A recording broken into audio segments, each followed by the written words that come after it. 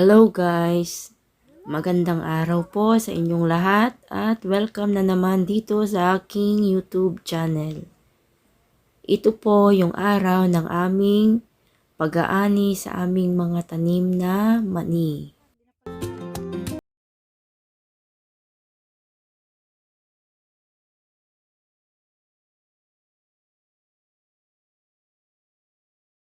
Tulong po kami guys sa aming pagpapaani para mas mabilis pong matapos. Pero inabot pa rin ng 2 araw bago ito natapos.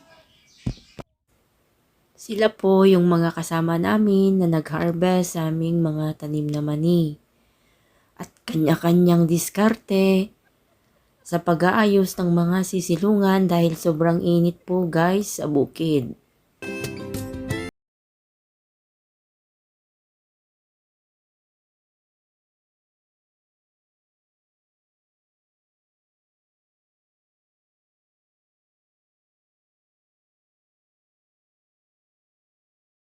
Gaya ng nakikita nyo, ay kanya-kanyang pamamaraan sa kanyang paggawa ng sisilungan.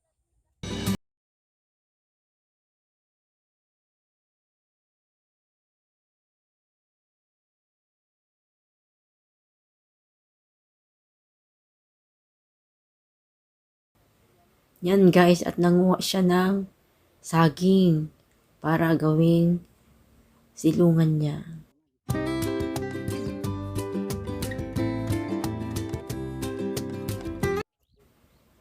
At awa ng Diyos ay madami rin namang bunga ang aming mga tanim na mani.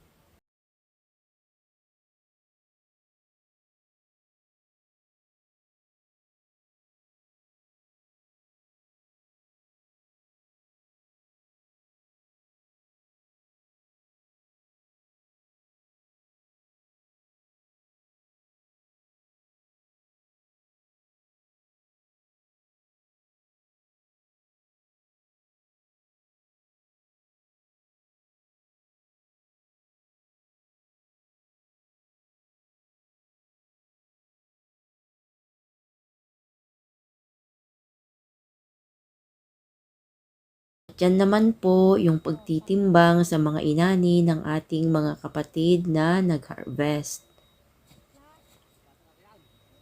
Tinitimbang namin yan para malaman namin kung magkano ang kanilang naani para maibigay ang bayad para sa kanila. Bali yung per kilo po ay 7 pesos po guys, plus may kasamang merienda. Kaya kung mabilis ka na magpitas, ay mas madami ring sasahurin.